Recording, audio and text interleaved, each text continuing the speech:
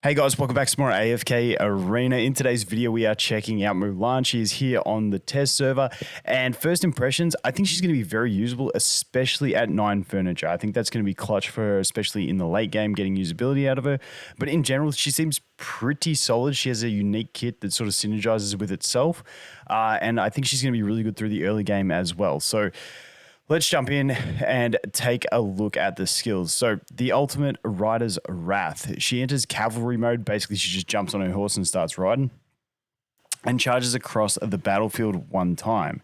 She will chart a path with the most enemy heroes, damaging all enemies in her path for 200% of her attack rating and briefly knocking them airborne. Now, you'll notice that a lot of her abilities have the knock airborne, so she's got a good chain CC that she can bring.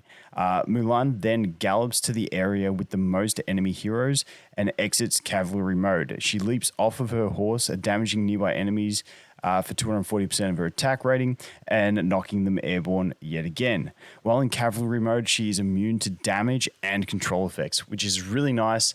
Once again, a spoiler for her furniture, but her 9 furniture means she starts the battle in this mode and charges through, gets the CC, and has the immunity, so it's pretty sick. Let's jump into level 2 skill up. While in cavalry mode, she recovers 4% of her max health every 1 second, and she can recover up to 20% of her max health each time she uses cavalry mode. And then at level 3, when leaping off her horse, she deals additional damage to targets equal to 10% of her max HP. Just keep in mind that's her max HP, not enemy max HP. But she does have some enemy scaling when we look at her other abilities. So that is going to be it for the ultimate. Next up, we have, what's this one? Flashing Steel. She slashes repeatedly with her sword, damaging enemies in front of her 2 times for 200% of her attack rating. Then she teleports and unleashes another fury of slashes, damaging enemies in front of her 3 times for 200% of her attack rating. While using this skill, she's immune to direct damage and control effects. So she has a lot of that immunity built into her skills, which is nice. But the amount of damage negated will be recorded. And this is where it comes into it. After the skill ends, she will lose health equal to 80% of the negated damage. The damage cannot kill her, however, which is going to be something that's very clutch. Now, as we look at the skill ups, after the skill ends, she will be healed for 20% of the damage it dealt. And then after the skill ends, Mulan will lose health equal to 50% instead of the previous 80% of the damage negated. So that's not too bad. It's a bit less, but if you're pushing really high deficits, I feel like, she's going to be down at that 1 HP a lot of the time after that, but still surviving, so it could be functional. We'll have to wait and see. And then at level 4, the second flurry of slashes after she teleports will knock enemies airborne, obviously contributing to the airborne effects that she has. Really good CC, but also has better effects later on. Next up, we have Formidable Fortress. This is one of those ones with an active and passive portion. The active portion, Mulan fly kicks enemies in front of her, damaging them for 280% of her attack rating and knocking them airborne. Once again, airborne knocking. And then the passive part, if Mulan is about to receive damage that exceeds 10% of her max health, or that would reduce her to less than 10% health, she will parry the attack with her sword and damage enemies in front of her for 200% of her attack rating. Parrying reduces the damage she takes from the attack by 50%. She can parry 4 times over the next 3 seconds, after which the cooldown for this skill, the skill's active effect will be reset. So once she triggers the passive, after she's done with the passive, she resets the cooldown on the active portion, which is kind of cool. And then she'll be unable to parry for the next 12 seconds. So it's got a bit of a 12-second cooldown on the parrying, but it's cool that you do get the reset on the active portion. Now, level 2 skill up, after fly kicking, Mulan's movement speed is increased by 25% for 3 seconds. Level 3, when parrying, the damage Mulan receives is reduced by 70%, which is quite nice. And then the 30 engraving is going to be before fly kicking. Mulan destroys all of her target's shields and renders them unable to acquire new shields for the next 3 seconds, which could have niche use, definitely. Moving on from that, we get to the final skill, which is going to be the passive Relentless Pursuit. Whenever Mulan knocks an enemy hero airborne, she hits them with a follow-up attack, damaging them for 100% of her attack rating. Each follow-up attack increases the damage of the next follow attack by 20%, and it can go up to 300%. If the target is a boss, she will stack it even though they don't get knocked airborne, which is pretty nice. So you do get that stacking on bosses.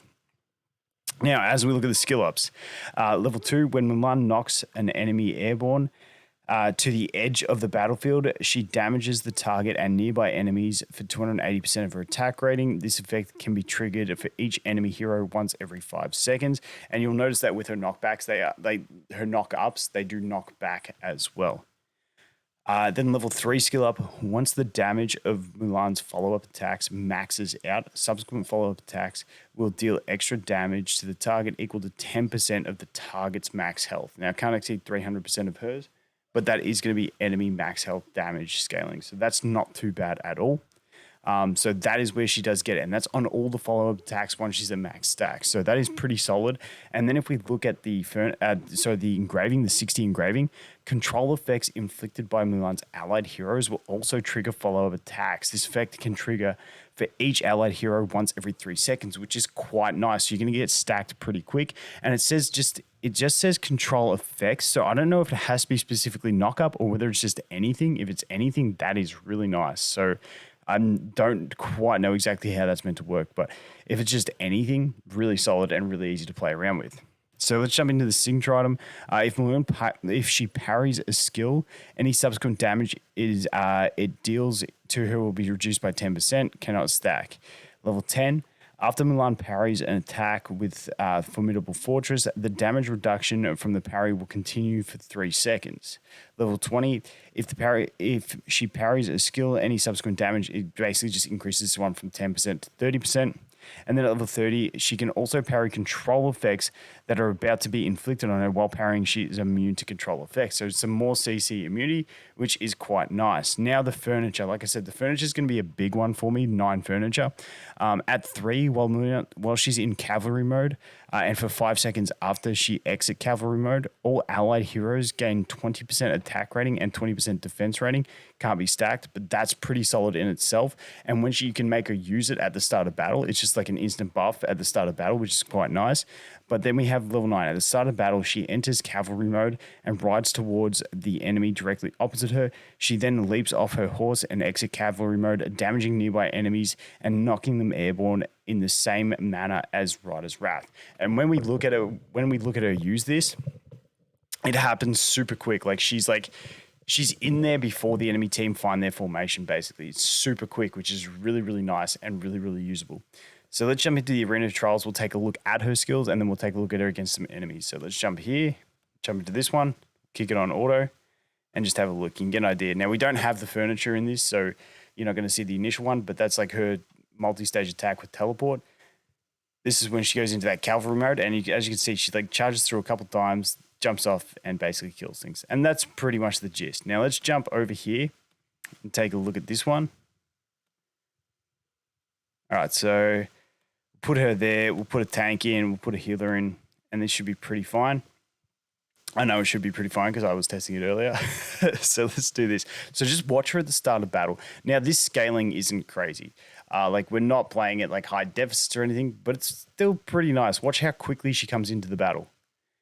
So she's stunning those enemies before they have a chance. Lawson didn't even have a chance to apply his link before she hit him and knocked him up, which is absolutely insane. It's fantastic. I think that is going to have a hell of a lot of usability.